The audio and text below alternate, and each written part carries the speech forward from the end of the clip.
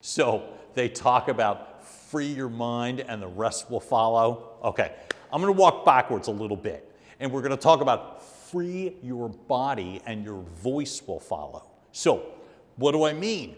One of the strongest benefits you can give yourself is the ability to allow your body to work with you when you're presenting. Now look, nobody wants extra to-dos when they're in the midst of a project. Oh, don't forget to do, and don't forget to, because it all sounds and feels extra, and nobody needs it or wants it. I'm trying to remember this, and I'm trying to close this deal, and I can't forget this.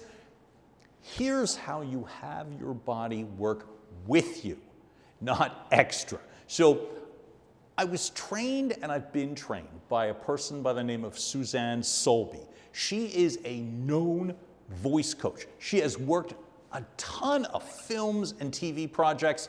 She recently did Mayor of Easttown, where she taught the entire cast, except for the one lead, the ability to speak in a localized Philadelphia voice. That happens to be my hometown. And so part of the good and the bad of Philadelphia, it's known for certain things, dialect and terms, and there are certain sounds that come from a Philadelphia accent that aren't great. Suzanne, had to weave that in to the cast. Suzanne is a huge advocate, follower, believer, practicer of Kristen Linklater, who wrote the book, Freeing the Natural Voice, where the whole purpose of the book is the physics of explaining how everything is tied to your body, every dynamic of your voice, not just your larynx, your vocal cords, your vocal folds, of course, but it's every emotion, it's every sense of present and past that brings you to the point of the physicality. Now, when you know it can work for you, if you're not paying attention, I promise you it can work against you. So how do you bring your body into play for important conversations? So I'll give you an example. Right off the anytime I am doing voiceover work, unless it's an audio book and it's extremely lengthy, I'm standing. 95% of the speeches, presentations, business plan communications, major meetings, so many of them I stood. Why? Because my body works with me. And just some basic thoughts of the physicality that I talk about, the game day physicality. You're not needing a lot of extra steps. But so often now, when we're at our desks or if we're still locked to Zoom, we're hunched, we're pulled, we're tightened, and what's happening is you're hearing and feeling your vocal cords tighten. And when that happens, it could be misconstrued as a lot of different things. So, what's the easiest way to circumvent that in terms of working with your body?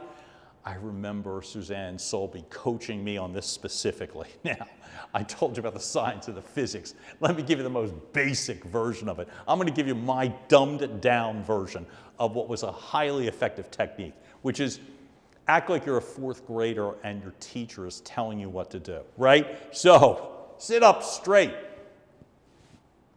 Smile.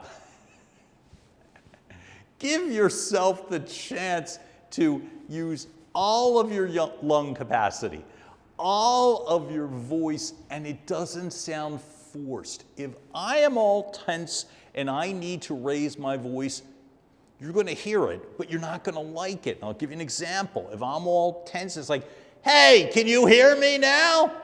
Well, the answer is yeah. I just don't like it all that much. What are you, yelling at me? So what you can do, give yourself some lung power. How? Raise your chest a little bit. Pull your shoulders back a little bit. For me, I'm at my strongest vocally when I stand. So that's why I'm doing that. And it's a natural position for me. Utilize your hands.